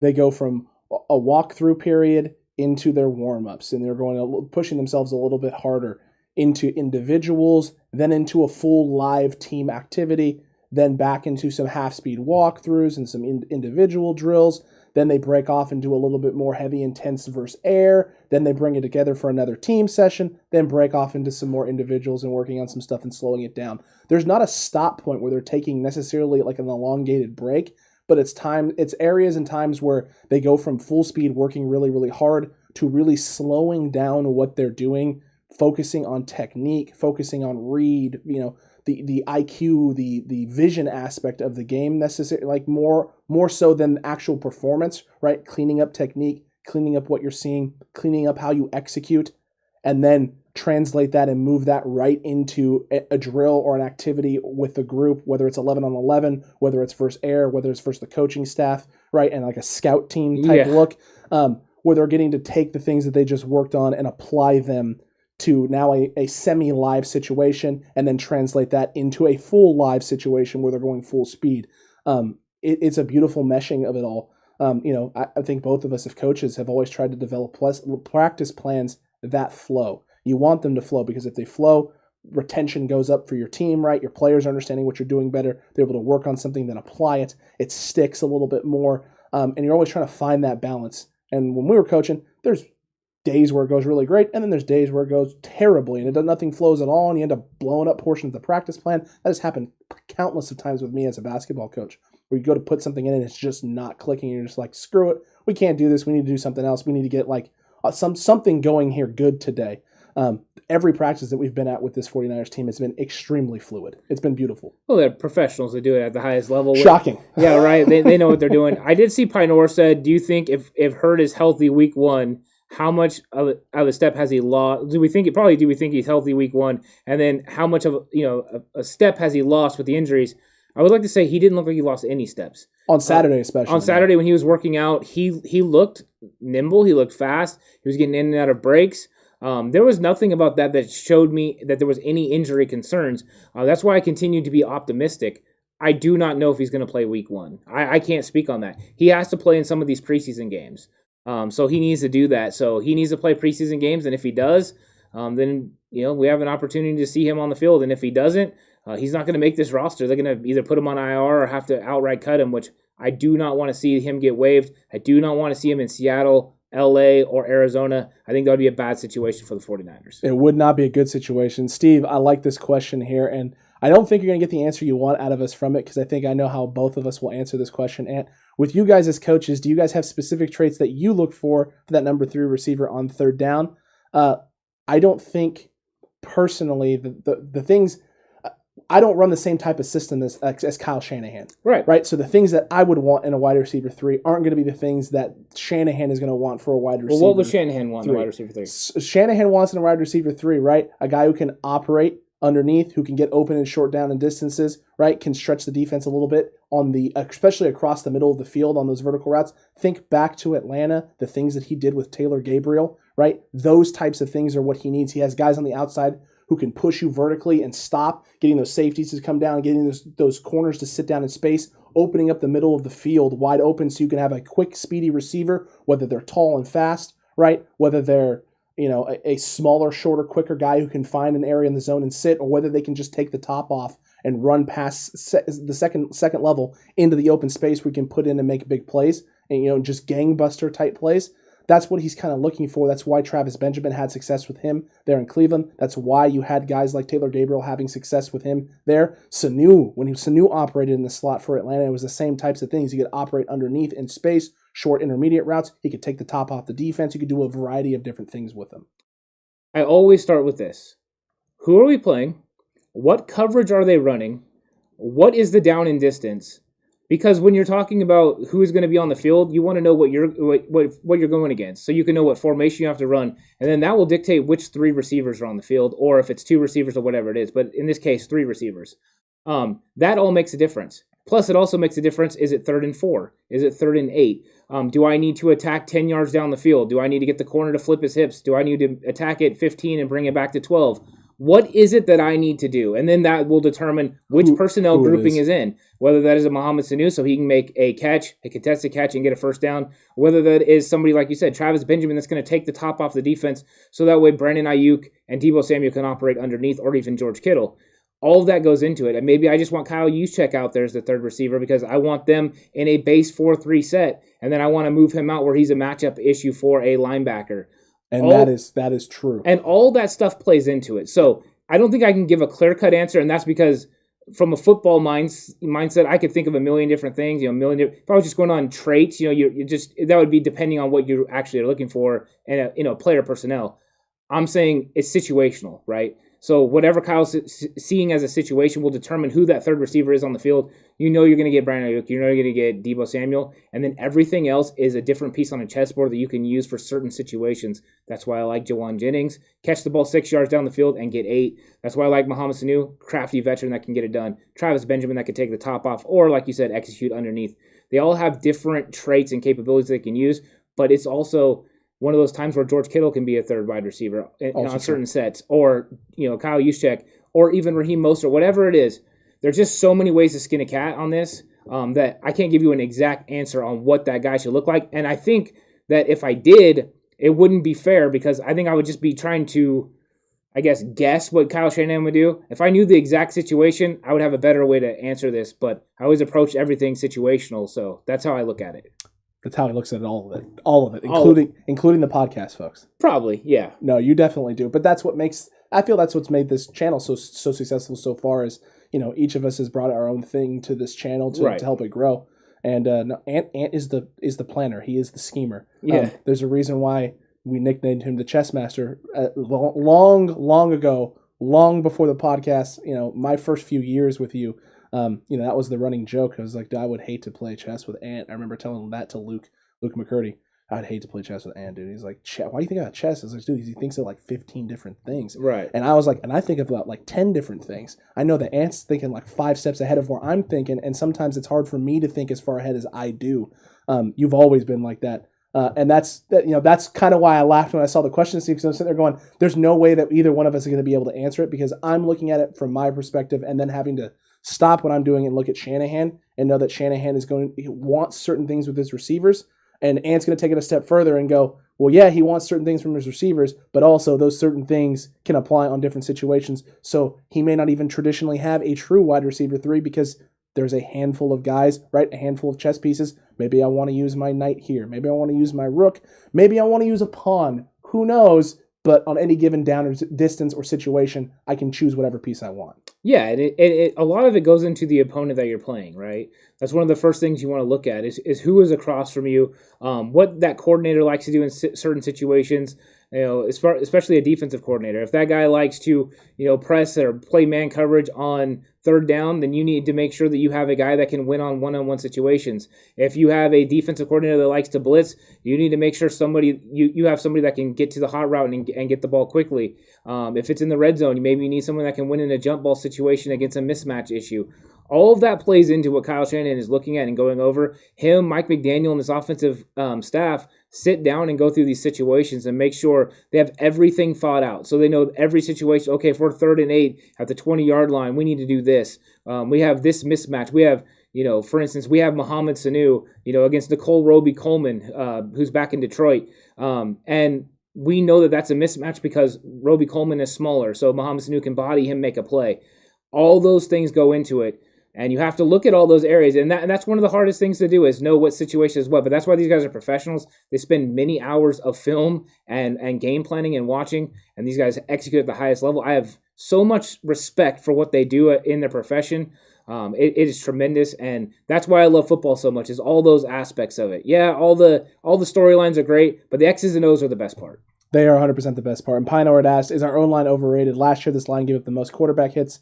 He feels the only change has really been Alex Mack. Right guard hasn't been upgraded. We thought Banks could do it, and it's not looking that way. Is McGlinchey even going to improve? At this point in time, this O-line is not overrated. The things that they have been doing with this first group has been able to accomplish, the pockets that they've been able to create and things of that nature, it looks great. Not to mention the fact that on the second team, you have guys like Jalen Moore playing at the level that he has been playing at, Colton McKivitz playing at the level that he is playing at. And look, the second group O-line looked better today, and that included Banks. Banks had a better day. He still had moments where Maurice Hurst kind of tore him up a few times, but he looked better today. So we had big concerns coming out of Saturday. I still have some concerns but not as many as I did after that first day. He had a much better day today in practice. And look, McGlinchey looks big. He looks intimidating. He looks confident. We saw him up close and personal. Yes. I mean, he was in a rock throwing distance from us. He's big, really big. The one thing I'll say about this offensive line is Pine Nor talked about the fact that we don't have, basically there's no Richburg now. There's Mack. Number one, that is huge because he's going to stabilize that interior offensive line. And no, we didn't have Brunskill at right guard because most of the time Brunskill had to play center. Correct. So we never got that. He never got that chemistry being able to play with the center and then also tackle Mike McGlinchey. McGlinchey came in smaller last year. This year he's more physical. He's bigger. He's stronger. He's I don't know if he's faster, but he's definitely bigger and stronger. So overall, it's going to be better. Now, as of right now, we can't say that they're elite. We can't because they haven't built that chemistry and camaraderie yet. They're working on it right now. That's what they're working on. You're going against a defensive line that is severely talented. These guys are awesome. As camp goes on, this unit gets more chemistry and is able to flow and work together. They're going to know what each other's talking about. They're getting used to Alex Mack, right, calling these coverages. Calling these line adjustments, blocking adjustments, and picking up these blitzes. It's all going to be working better. So we just have to give it time. It's going to get better and better through training camp, better and better through the preseason, and hopefully it's to a level where we can be considered, a top 15, top 10 offensive line by week 1, and then progress through the year as they get used to playing with Mac more, that it just elevates even farther. And if this run game gets going, if they can establish this run early on, this offensive line will be a top 10 offensive line in the league because that will make it easier for them in pass situations where they're going to be able to tee off and move laterally instead of just having to kick, slide, drop, and take normal drops. And also playing from behind where a defensive line knows exactly what you're doing. They know you have to pass, and they're going to pin their ears back and come at you. Correct. And I'll tell you, man, McGlinchey physically looks better. His performance has looked better. Don't get me wrong. He still struggles if it's just a straight pass rush set. He still has his times where he struggles, but it's not the same as it was last year. It's not the same type of struggle. He definitely looks like he's cleaned up a lot of stuff. He's definitely gotten stronger, and he's definitely playing more confident. Right. It seemed like last year he was frustrated at times. I think even he knew that he didn't necessarily have all the things and the tools and wasn't in the type of shape and in the place he wanted to be as an offensive lineman for this team. He was having great success in the run game, but was having a lot of struggles in the pass game. This year, he looks like he's enjoying everything that he's doing. Every time he's out there, I can see when he takes his helmet off, he's got a smile on his face. Right. He's interacting. He's confident. The bravado is there. The confidence is there. That's something that I didn't see last year. At times, it almost felt like he was dragging or hanging his head at times. He doesn't look that way this year. He looks energetic. He looks motivated. He looks like he's enjoying football. And when you got a guy like that who's already great in the run game, enjoying his job and what he's doing and feeling, he's talked about this, he feels the best that he's ever felt, despite the fact that he's 30 pounds heavier and a lot of it's muscle. That is going to lead to better play on the field because the confidence is there. You believe in your capabilities. You know that there's not a single weak point of your game that is a liability to the team. That was in the back of his head all last year. If a bull rush comes, I necessarily am not strong enough to be able to handle this or capable to be able to do this day in, day out, play in, play out. And teams took advantage of that. They just bull rushed at him all game last year, and we were playing from behind, so you knew they were passing, and you could just, like you said, pin your ears back and go. Yeah. McGlinchey looks like a different player than the 2020 season. The 2021 season is definitely going to be a tick up in a McGlinchey performance. Yeah, and the problem was he always struggled a little bit with the outside pass rush, right? Correct. He would get into the kick slide, and they could sometimes beat him up the field and bend the corner on him. And so I think he was trying to be lighter, and quicker. And he got down to 295, and he really thought that was the way he was going to handle it. And so he was giving it a try. And they had a lesser preseason and lesser training camp. And it didn't work out because now the guys that could normally bend the corner on him were able to, get right into his chest plate and really push him back, and he wasn't able to anchor down and stop them. So it was, it was a try of his. He was trying to get better. It was an attempt to be better, and it just didn't work out. And good, big ups to him for recognizing what was going on and saying, you know what, I need to go back. He talked to the 49ers staff. He talked to the training group and was like, this is what I need to do to gain weight and to be successful but not lose my speed. I think he's done a good job. And, this offense can really help him. If this offense gets this running game going and is able to establish it in the play action and moving the pocket, that'll help him a lot. Because when he's moving laterally, he's a lot better at pass blocking. And when he's able to fire off, push past the defensive lineman and get to second level and get to those linebackers, he's one of the elite offensive tackles in this league, especially for a right tackle, and well worth the money that he's getting paid. And that's where he can be really successful. That's also where Laken Tomlinson can be successful. So that's what this 49ers team needs to execute and do. And if they do, it'll be great. And that'll give Aaron Banks time to get ready at right guard. Daniel Brunskill is that guy right now. He just looks a lot smoother, cleaner, and he's gonna play well. But I do like that tandem of Brunskill and McGlinchey together. Big Mike looks bigger than everybody else on that side, but this line is going to be good. I like it. Well, bigger than everyone except Javon Kinlaw. Nobody's bigger than Javon Kinlaw. He is big. There was we'd been hearing about it, and I had jokingly said, "Oh yeah, he's huge," and thought he was big and thought he was huge. Hey, yo. But man, I'll tell you what, man, seeing him in person for the first time, like being able to see him with my own eyeballs out there, good God Almighty, that man is ginormous. He is, and it's crazy because we talked about how big Zach Kerr is. Zach Kerr, no small man. And when Kinlaw stands next to him, dude, Kinlaw looks like Andre the Giant out there compared to these guys. I mean, he is huge. That is a large man that does a lot of athletic things for his size. I wish we could get a John Madden call on Kinlaw. I mean, could you imagine that? He's out there. I'll tell you. I can't do it. It would be fantastic. We have a bunch of super chats that came in, so let's talk about Luke Luna, thank you so much. He said, Steve Swinney, you nailed it. Support the dudes. Hey, we really appreciate that, and we appreciate Steve too. He's been absolutely very good in the chat. Great questions and great incredible content. Questions. We love it. David Campbell said, boom. Gotta love the boom. I love it, David. I love that. Thank you. And then Megan, this season is going to be fire. We couldn't agree more. This is exciting. And I think that's the funnest part, right, is getting to talk 49ers football with people that love 49ers football. Yeah. And that's what's exciting, getting into all the deep areas, the X's and O's, not always the surface stuff. The surface stuff is good too, but there needs to be kind of a mixture of it. And when you love football, you really get into those X's and O's, and that's what I enjoy doing. And I enjoy the questions and stuff that we're getting right now, especially when we get to talk about all the different players, because this team is so fun. And I think that right now we have 90 guys on the roster. There's a lot to talk about. Correct. And it like right now, I love talking about McGlinchey and the offensive line. We don't get to do that a lot, but I definitely enjoyed it because it's so pivotal to what they're going to do success-wise this year. The O-line sets the tone for this team. This is a team that is going to be run first for some time, especially when you have the running backs that you have the Raheem Mosterts. The O-line is constituted and built to have success getting to second level. Trent Williams, a master at it. McGlinchey, a master at it.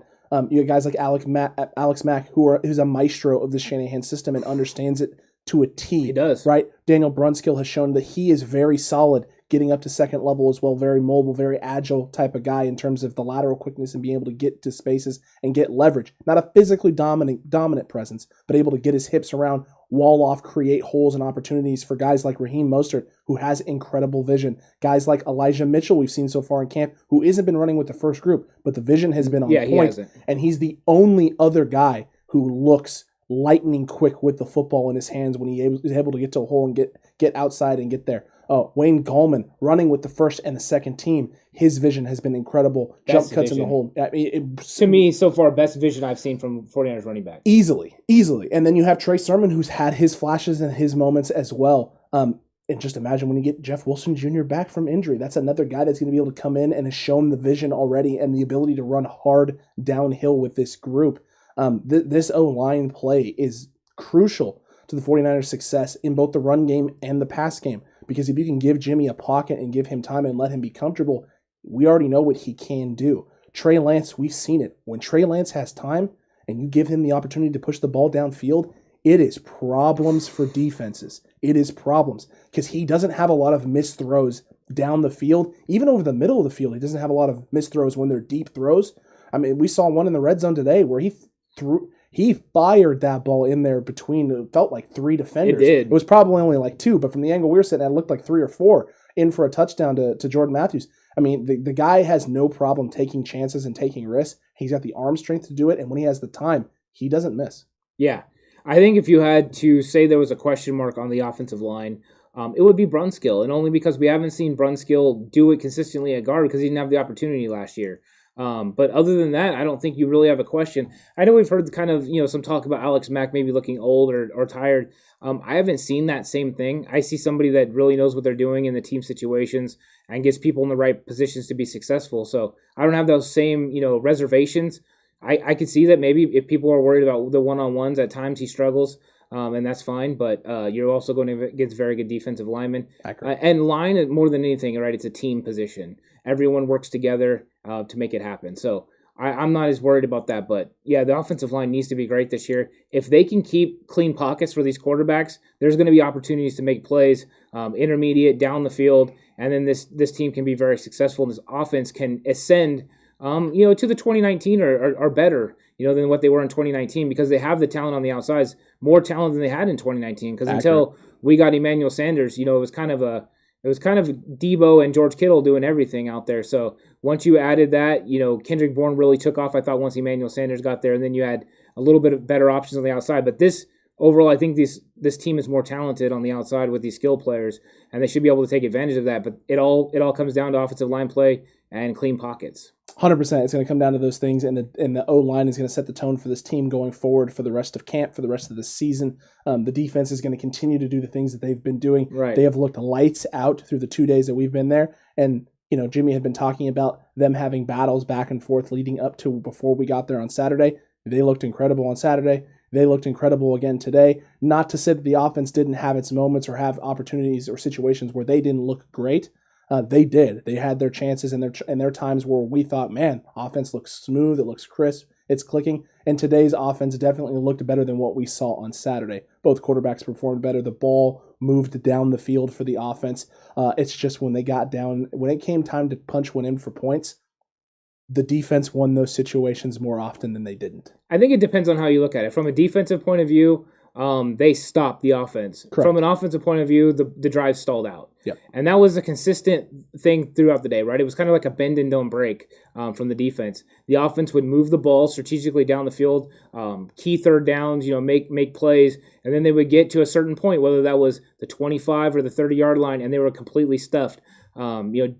That's what happened to Jimmy. Jimmy got him down there, and then boom, stopped. And I remember we talked about, that would have been a field goal. And then here comes Trey, gets the big, throw down the field to Sherfield, flip the momentum, and then boom, stuff. Right after that, everyone got clamped down, and there was just nothing for him to do. Well, the best part is, right, they ran the ball with about a minute, right? They ran the big play happens. There's about a minute. Minute 13. Minute 13 on the clock. It was a minute 13. It was a minute 13. You're right. I knew it was a minute something. So thank God for your photographic memory. Well, we had the conversation about why are you running the ball here? Horse had asked, why are we running the ball here? And it's because Trey just flipped the field and you can run the ball. Now you're on this side of the 50, right? Your plus side of the 50, which means you can run the ball because you don't want to leave too much time for the other team to get the ball back. If you punch it in right here, right now, like you run a pass play on this first down and you're able to put the ball in the end zone, the other team's getting the ball back with a minute 5 and possibly timeouts and an opportunity to put points on the board and flip the momentum back in their favor going into half, because that was the situation at the time. And you were playing with the lead. The situation was the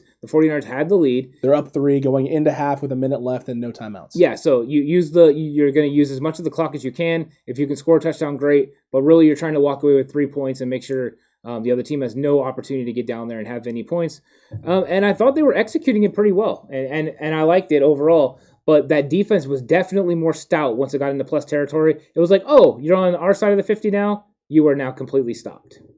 Yeah, and it was great. And that was one of those situations, that big play happened. I was like, okay, here we go. Trey Lance is going to put on a show right here, right now. They run that ball in that first down play. They give him a read look. He hands it off. They stuff it. Hasty, I think it was. Yeah, they stuff it for like a yard or two. Didn't really get a lot. Second down, I think that was the one where he either took a sack or no, he threw a swing pass out and he had to check down.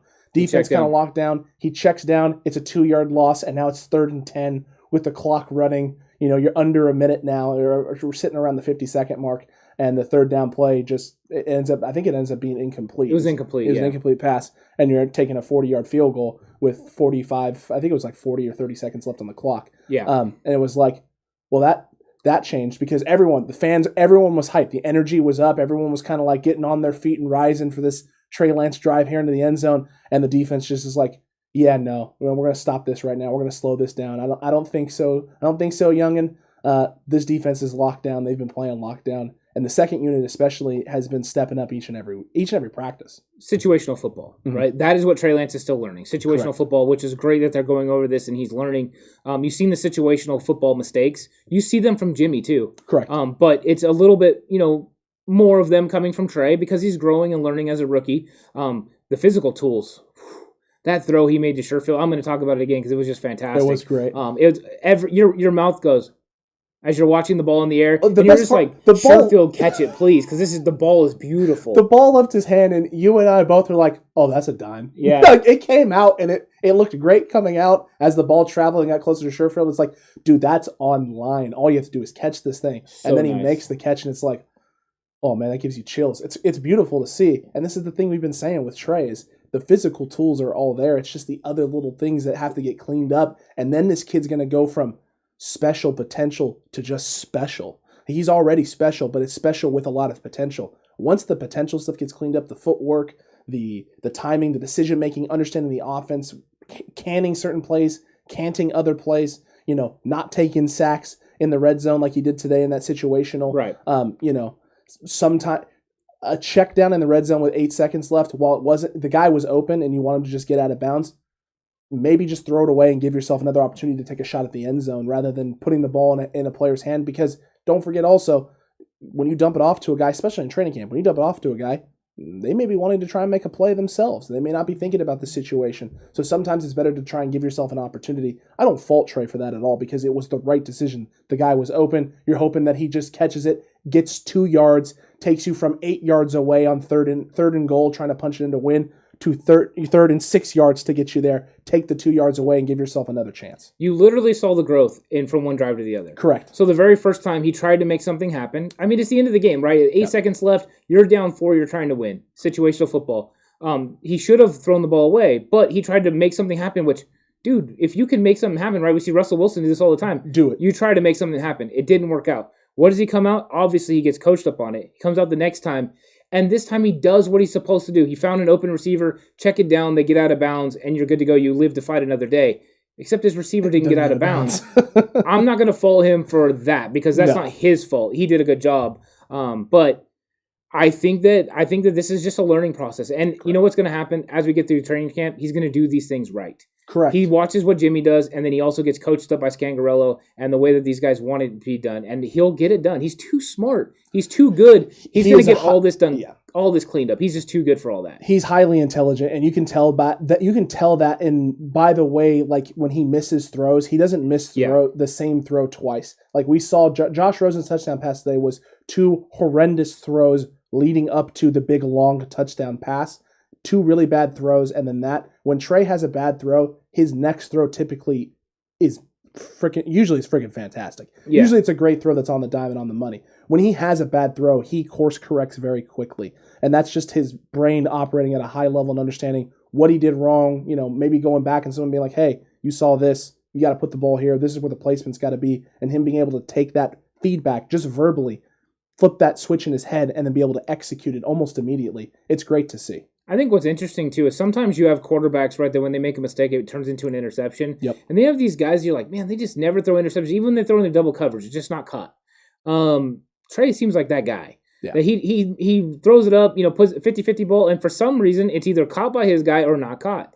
I don't know if that is he's just putting it in the right spot or he has some sort of weird magic about him, but that's what he does. And we've only seen it in a couple practices, so I don't want to say it's too much until we get into the game. But yeah, for sure. I did see Steve asking about Jimmy, what would happen if he didn't tear his ACL in 2018. The first thing that comes to mind is we wouldn't have got Nick Bosa. So that's true. Jimmy's ACL tear gives us Nick Bosa. So unfortunately, I'm sorry, Jimmy. It took a knee to get Bosa. You just have to live with it. Worth it. That's the only thing that I can take from that as well. I feel like John Lynch went and he was like, "All right, what do we got to do to get Bosa?" And Satan was like, "Yeah, I'm gonna need Jimmy's knee. I'm gonna need Jimmy's knee." And he's like, "All right, I guess so." I guess no, I'm just kidding. But I mean, that's the real circumstance, right? If Jimmy doesn't go down in 2018. We don't know what we could have been that year. You have the what if, but we do know one thing for sure: we wouldn't have got Nick Bosa. Correct. We wouldn't have got Nick Bosa, and that just is not – you don't want that. I mean, every 49ers fan wants Nick Bosa. He's a fan favorite right now. He's every time – everything that he's doing, there's eyes on him, whether he's on a side field, just going through like basic stuff. It's just great to see. But I think the course differs for Jimmy if he doesn't tear the ACL in 2018. That team was on a roll there at the start of the year. There's a good chance we make the playoffs that year. Maybe 2018 ends up being the year where they make the run instead of 2019. They have the big year in 2018 and get themselves into a Super Bowl in that season potentially, or getting themselves close. The only thing that I can say with certainty is that we don't end up having some of the talent and some of the pieces that we end up having if Jimmy doesn't tear the ACL there, right? If he doesn't do those things, then we don't end up with potentially the Debos and the Ayuks of the worlds and the Kinlaws, and all of these things don't necessarily end up happening if Jimmy is healthy, because this team probably plays at a high level. I don't think they could have done what they did in 2019 and 2018. You don't think so? No, there was key ingredients missing, and one of those is Deebo Samuel, like you said. And Bosa. Right, because exactly. The defensive line is not as unlocked, right? Correct. 2018 didn't have D4. They didn't have Nick Bosa. Don't have the speed. Right, they don't have Dre Greenlaw. It's a completely different roster. They probably still make the moves and go get the speed guys, but the problem is that you're not able to bring in the guys like Nick Bosa because you don't have the draft capital to do so. 2018, you might be a wild card team. Correct. 2019, you know what happened. You got to the Super Bowl. Yeah. That is the difference. It took Jimmy's knee to get it done. No, not entirely, but I'm joking. But that's what got Nick Bosa, because Nick Bosa and D Ford together unlocked it. But David, it's what we needed. It's what we needed. It's very solid spelling on that. I get it. And in theory, you're not wrong either. You're not. No, you're not. And look, I don't want to go into what ifs and the multiverse. Like, I'm a big multiverse theory guy. I love the thought process behind it and what the world for the 49ers would be like if Jimmy doesn't tear his knee up in 2018. Tear it up. Yeah. And what ends up actually happening in 2020 as well, like thinking of the possibilities and the routes. The reality of the situation is, for us in this timeline, in this universe, right, this is what has occurred. This has happened to Jimmy. Right. We've now found ourselves in a very unique situation where you have the Bosas of the world that you're able to bring in from this. You're able to move on from Buckner and get a guy like Javon Kinlaw, who, by all appearances, is looking like he's turning into an absolute monster. Hopefully. You hit on Deebo Samuel. You hit on Brandon Ayuk. George Kittle has become the best tight end in all of football. Fred Warner.